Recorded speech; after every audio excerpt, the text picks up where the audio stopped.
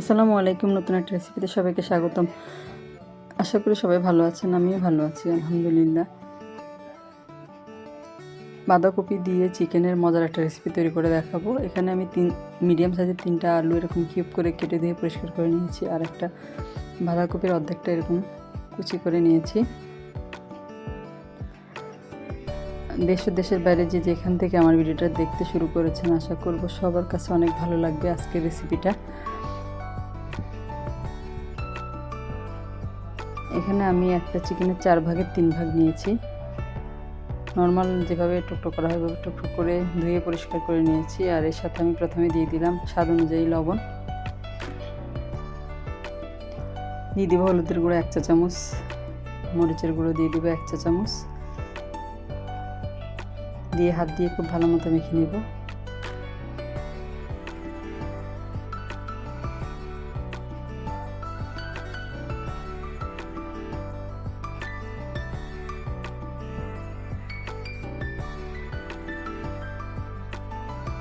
খুব ভালো মতো মেখে নিয়েছি। আর আমার চ্যানেলে যারা নতুন আজকে প্রথম ভিডিও দেখছেন, যদি রেসিপিটা আপনাদের ভালো লাগে তাহলে আমার চ্যানেলটাকে সাবস্ক্রাইব করে পাশে থাকা বেল আইকনটা প্রেস করে দিবেন। এতে করে আমি পরবর্তীতে যত ভিডিও দিব তার নোটিফিকেশন সবার আগে আপনাদের কাছে পৌঁছে যাবে। চুলায় একটা প্যান বসিয়ে দিয়েছি। প্যানটা যখন গরম হয়ে যাবে তখন এর মধ্যে আমি দিয়ে দিলাম 5 টেবিল চামচের মতো সয়াবিন তেল। চাইলে রান্নাটা সরিষার তেল দিয়েও করা যাবে। পুরো প্যানের মধ্যে আমি তেলটা লাগিয়ে নিলাম।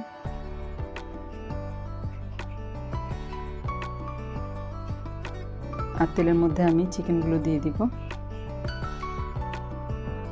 তেলটা আমার সামান্য গরম হয়েছে, আস্তে আস্তে গরম হয়ে যাবে, তাতে কোনো সমস্যা নেই। সবগুলো চিকেন আমি এখানে দিয়ে দিব, দিয়ে এরকম উল্টে পাল্টে লাল লাল করে ভেজে নিব। আর চুলায় একটা প্যান বসিয়ে দিয়েছি, এর মধ্যে আমি তরকারিটা রান্না করব। প্যানটা গরম হয়ে গেলে এর মধ্যে আমি দিয়ে দিলাম 1/4 কাপ সয়াবিন তেল। আর এই রান্নাটার মধ্যে তেলের পরিমাণটা একটু বেশি লাগবে, তাতে করে কিন্তু এটা খেতে ভালো লাগবে। আর এর মধ্যে আমি দিয়ে দিলাম বড় সাইজের 2টা পেঁয়াজ কুচি, আর দিয়ে দিব গোটা গরম মশলা, এলাচ, দারচিনি, লবঙ্গ, তেজপাতা। পেঁয়াজটা আমি 40 সেকেন্ডের মতো ভেজে নিব। একেবারে ব্রাউন করার কোনো দরকার নেই, মোটামুটি পেঁয়াজের কাঁচা গন্ধটা চলে গেলেই হবে, এতে একটু নরম হয়ে আসলে হবে।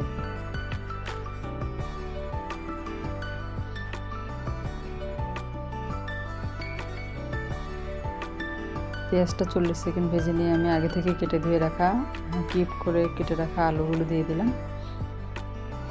আলু দিয়ে পেঁয়াজের সাথে এবং গরম মশলার সাথে নেড়ে চেড়ে কিছুক্ষণ ভেজে নিব। যেহেতু পাতাকপি সেদ্ধ হতে এত বেশি সময় লাগে না, কিন্তু আলু সেদ্ধতে একটু সময় লাগবে, এই জন্য আলুটা আগে দিয়ে দিয়েছি।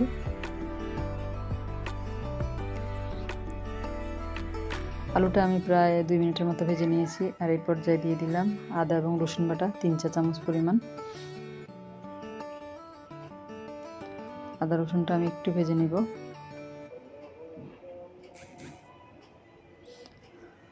আর এই রেসিপিটা কিন্তু ভাত, রুটি, পরোটার সাথে খেতে অনেক বেশি ভালো লাগে। রুটি পরোটা দিয়ে অনেক বেশি মজা লাগে, ভাত দিয়েও ভালো লাগে খেতে। আদা রসুনটা আমি 1 মিনিটের মতো ভেজে নিয়েছি।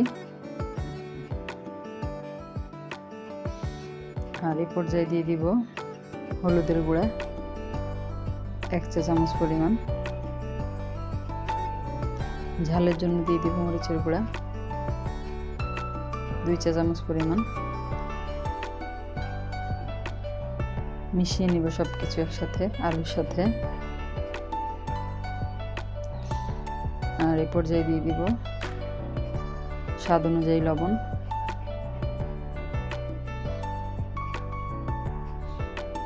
লবণটা দিয়ে মিশিয়ে নিব। আর এখন দিয়ে দিব আমি মিডিয়াম সাইজের 2টা টমেটো কুচি করে নিয়েছি, ওটা দিয়ে দিলাম। আর টমেটো কুচিটা একটু বেশি দিতে হবে এই রান্নায়, তাতে করে এটা খেতে ভালো লাগবে।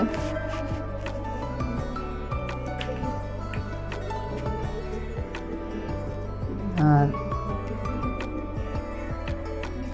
টমেটোটা দিয়ে মিশিয়ে নিয়েছি। এরপর যে আমি 1/2 কাপ পরিমাণ পানি দিয়ে দিই। পানি দিয়ে মশলাটা আলুর সাথে খুব ভালো মতো কষিয়ে নিব।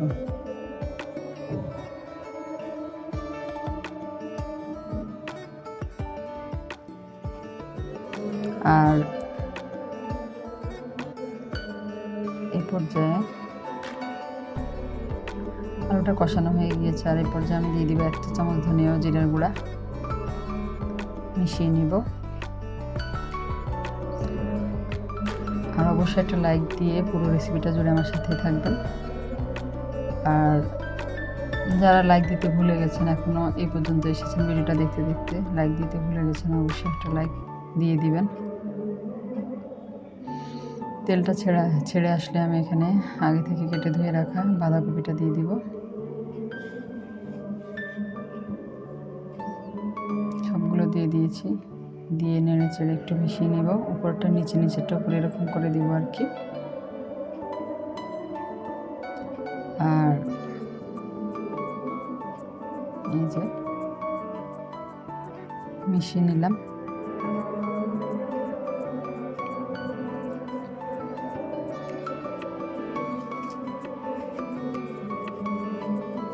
আর অলরেডি যারা আমার বন্ধু হয়ে আমার পাশে আছেন, তাদেরকে জানাই অসংখ্য অসংখ্য ধন্যবাদ। এইভাবে আমার পাশে থাকবেন, আমি আপনাদের পাশে আছি। আর যারা আমার ভিডিও ফুল ওয়াচ করবেন, অবশ্যই আমার ভিডিওর নিচে কমেন্টে ইনশাল্লাহ বলে যাবেন, আমি আপনাদের ভিডিও ফুল ওয়াচ করে দিব ইনশাল্লাহ বলে। ইনশাল্লাহ বলে কেউ কিন্তু কখনো মিথ্যা কথা বলতে পারে না। ফুল ওয়াচ না করে ইনশাল্লাহ কেউ বলতে পারবে না। আমি যাদের ভিডিও ইনশাল্লাহ বলে ফুল ওয়াচ করি, অবশ্যই পুরোটাই দেখি। আর অবশ্য প্রতিদিন সবার ভিডিও দেখা সম্ভব হয় না। আমি তো একটা মানুষ, সারাদিন আমার বাসায় অনেক কাজ থাকে, বাচ্চা আছে, সব কিছু সামলিয়ে সবার ভিডিও প্রতিদিন দেখা সম্ভব হয় না। তাই এই জন্য যে আমি আপনাদের পাশে নেই তা কিন্তু না, অবশ্যই পাশে আছি। যখনই সময় হলে কিন্তু দেখে দিই সবার ভিডিও। আর এটা কিন্তু আমি একটু কষিয়ে নিয়েছি, চিকেনটাও দিয়ে দিলাম, দিয়ে কষিয়ে নিলাম।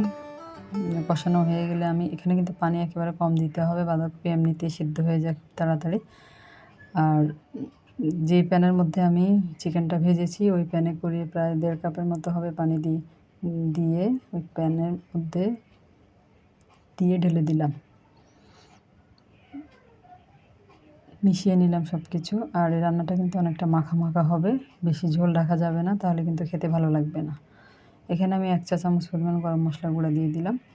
আর অবশ্যই গরম মশলা গুঁড়াটা দেওয়ার চেষ্টা করবেন, এতে করে কিন্তু এই রান্নার টেস্টটা অনেক বেশি ভালো আসবে, খেতে ভালো লাগবে অনেক বেশি।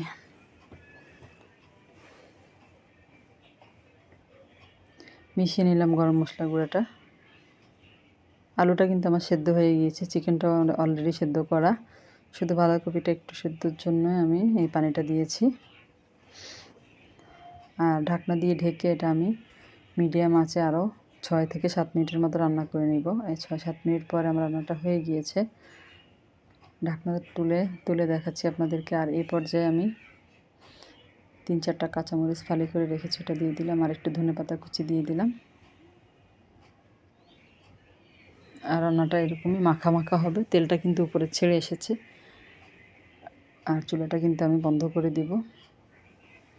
খুবই মজার বাঁধাকপি দিয়ে চিকেনের কারি, অবশ্যই বাসায় একবার ট্রাই করবেন। রেসিপিটা কেমন লাগলো কমেন্ট করে জানাবেন। সার্ভ করে দেখালাম, দেখতে যেমন লোভনীয় হয়েছে, খেতেও মাশাআল্লাহ অনেক মজা হয়েছিল। সবাই অনেক বেশি ভালো থাকবেন। আজ এ পর্যন্তই, আল্লাহ হাফেজ।